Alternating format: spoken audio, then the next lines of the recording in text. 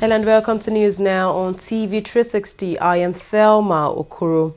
Nigerian lawmakers have summoned Minister of State for Petroleum Ibe Kachiko over the hike in fuel price. The House of Representatives cut short its resumption of plenary by 1 day from Tuesday to Monday to take a position on the issue of the removal of fuel subsidy by the Nigerian government. He is expected to appear on Monday to explain why the government jacked up the pump price of petrol to 145 naira from 86.50 kobo in June. In 2012, the head had convened a similar session to oppose the decision of the administration of former President Goodluck Jonathan to remove fuel subsidy.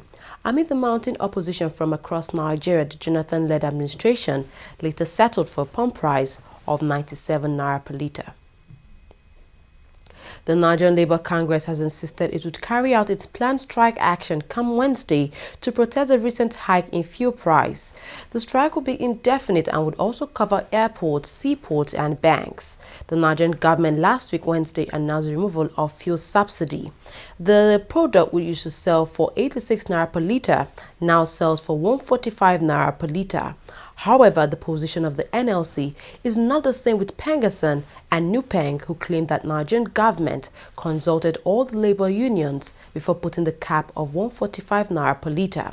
The Nigerian government says the new price brand would lead to the improved supply and competition expected to eventually drive pump prices down. The Nigerian army says it has arrested members of a militant group which has claimed responsibility for a wave of attacks on pipelines in the Restif Delta region. The militant group Niger Delta Avengers has also vowed to cripple economic activities through pipeline vandalism, oil theft and kidnap of expatriate workers in that region unless its demands are met. One of such demands is greater control of the oil revenues from the region. The arrest of the suspected mastermind was disclosed in a statement released by Army spokesperson Rabe Abubakar. He didn't say how many were arrested or when they were arrested. The attack by the Niger Delta Avengers has cut Niger's output to 1.65 million barrels per day from 2.2 million at the start of the year. The United Kingdom has said President Muhammadu Buhari needs to address grievances in the Delta region where militants have been blowing up oil pipelines. The resurgence of pipeline attacks have become a major concern for Nigeria, who depends solely on crude oil prices for 70% of government revenue. Speaking on the sidelines of the second Regional Security Conference in Abuja, the nation's capital, British Foreign Minister Philip Hammond said President Buhari needed to deal with the root causes because a military confrontation could end in disaster. Militant group the Niger Delta Avengers, which has claimed the string of pipeline attacks, have faulted President Buhari, a Muslim from the north, of not paying a visit to the Christian Niger Delta region since taking office a year ago. The trial of former Abia State Governor Orji Uzor Kanu on charges bordering on corruption at the Federal High Court stalled on Monday. One of the parties charged in the case, Slok Airlines, which also belongs to Kalu, has an appeal pending at the Apex Court. Justice Angoli Chikere said she could not go on with the case when an aspect of the matter was still pending at the Supreme Court. The Economic and Financial Crimes Commission (EFCC) also served the former governor an amended charge to replace the 107-count charge brought against him in 2007. His trial is coming more than 8 years after he was first arraigned for embezzling about 5.6 billion naira while he was governor of Abia State. Vice President Yemi Osinbajo says 1 million poor Nigerians will be paid 5,000 naira monthly to help curb the effects of Nigeria's harsh economic realities. The payment has already been highlighted in the recently passed 2016 budget. In a statement released by his senior special assistant on media and publicity, Osinbajo said 68.7 billion naira has been set aside for this purpose. The statement also adds that more than 8 million Nigerians will benefit from incentives planned out by the federal government this year. The Enugu State Commissioner of Police, Emmanuel Ojukwu, has warned the public to desist from spreading false rumors about impending attacks and causing unnecessary fear within different communities. Ojukwu, speaking at his maiden press briefing, said such act is capable of causing panic and fear in the minds of the law-abiding citizens of the state. His statement follows unconfirmed reports of attacks by Fulani herdsmen in some communities across the country. Over the past few weeks, herdsmen have killed dozens of people and destroyed properties worth millions of naira, most recently in Benue State and Enugu State. The Enugu State Commissioner of Police said those found guilty of spreading false information on attacks will be prosecuted. Countries under the Lake Chad Basin Commission have vowed to uphold the recommendations reached at the Second Regional Security Summit. The focus of the summit was talks on efforts to kick the Boko Haram insurgency out of the region. The summit was held at the presidential villa in Abuja and hosted by Nigerian President Muhammadu Buhari. Participants in the summit includes heads of state of Republic of Benin, Cameroon, Chad, Gabon, Niger, Senegal, Togo and Equatorial Guinea. Also present was the President of France, Francois Hollande, who hosted the first regional summit in Paris on May 17, 2014. The summit ended with a resounding call on member states to consolidate the gains already made against the Boko Haram terrorist group in the region. Nigeria also signed key defense agreements with France after the meeting. Time for a short break. When we come back, we'll look at business and sports. Stay tuned.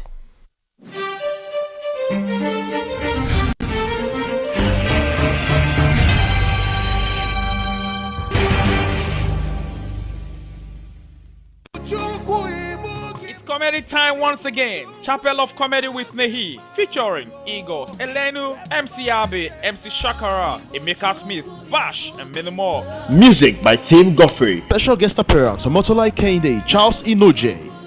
Venue, Golden Tulip, Amodofin, Festive Town, Lagos.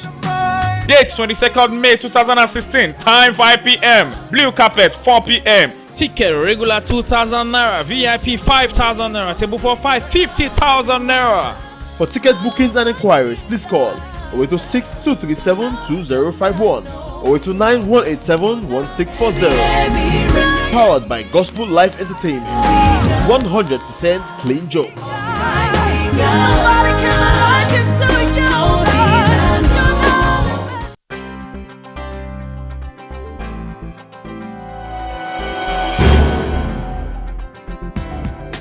Hello, you're welcome. You're watching the Funny White Man Show, which is the biggest, the brightest, and the most entertaining show in Africa. Funny white man, but this way you talk, it's too much. Give me 5,000 man, that's you. It's too much. So you get it like, when she move along the street, you should like I'm going girl. You know, my own people, actually. Yeah, fine, it's fun. I enjoy it. And I'm one of those very few. I'm forever taking it personal. I will listen 160 million Nigerians are corrupt. How? Brother, I'm looking for you. Yeah, but it's a growth, and this is the time to build business and know the pitfalls and know what to do and what not to do. But there are months where you get business and months. You know how we do. How we tell you? We do the way you do.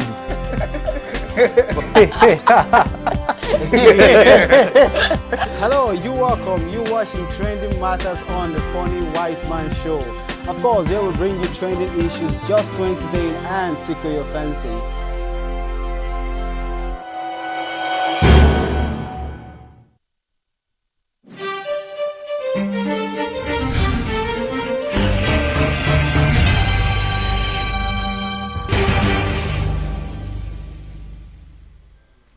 Welcome back. The National Bureau of Statistics on Monday said annual inflation in Nigeria rose to a near 6-year high of 13.7% in April. This was in part due to rising petrol and electricity prices. Nigeria, which is Africa's biggest economy, is facing its worst economic crisis in decades, driven by a sharp drop in crude oil prices. Gross domestic product growth was just 2.8% last year, its lowest rate in decades, while food prices, which account for the bulk of the inflation basket, rose by 13.2% in April, up 0.4 percentage points from March.